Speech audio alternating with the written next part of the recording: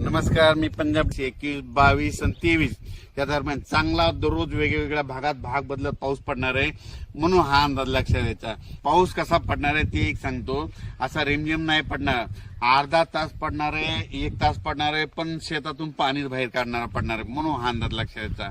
तर विदर्भ, पूर्व विदर्भ आणि पश्चिम विदर्भ 6 आणि 5 11 जिल्ह्यामध्ये 20, 21, 22, 23 पर्यंत तुमच्या पूर्व विदर्भ आणि पश्चिम विदर्भ 11 जिल्ह्यामध्ये दररोज वेगवेगळ्या भागात पाऊस पडणार आहे आणि पिकाला जीवदान ठरणार आहे, म्हणून हे अंदाज लक्षात घ्यायचा.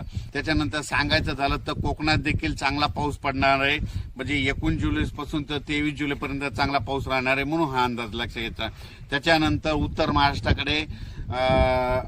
महाराष्ट्राकडे देखील सरीव सरी येत राहणार, म्हणून हा अंदाज लक्षात घ्यायचा.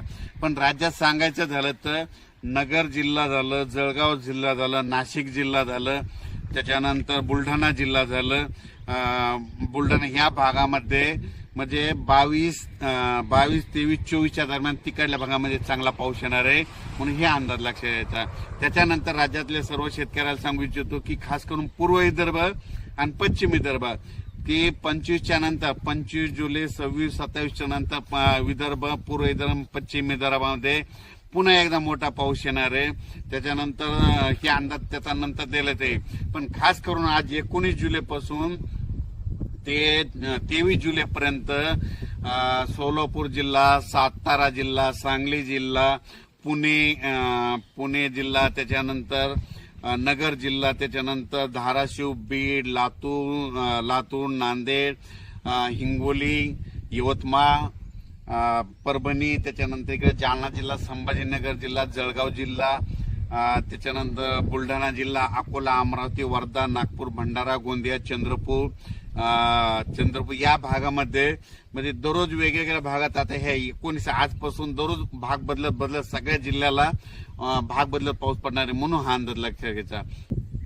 ज्या भागात पाऊस पडलेला नाही ते काही भागामध्ये 21 तारखेला जाईल, कुठं 22ला जाईल, पण सगळीकडे मात्र ह्या 23 तारखेपर्यंत जिथं भाग सुटलेला आहे त्या भागामध्ये पाऊस पडून जाणार आहे, म्हणून सगळ्यासाठी ही आनंदाची बातमी.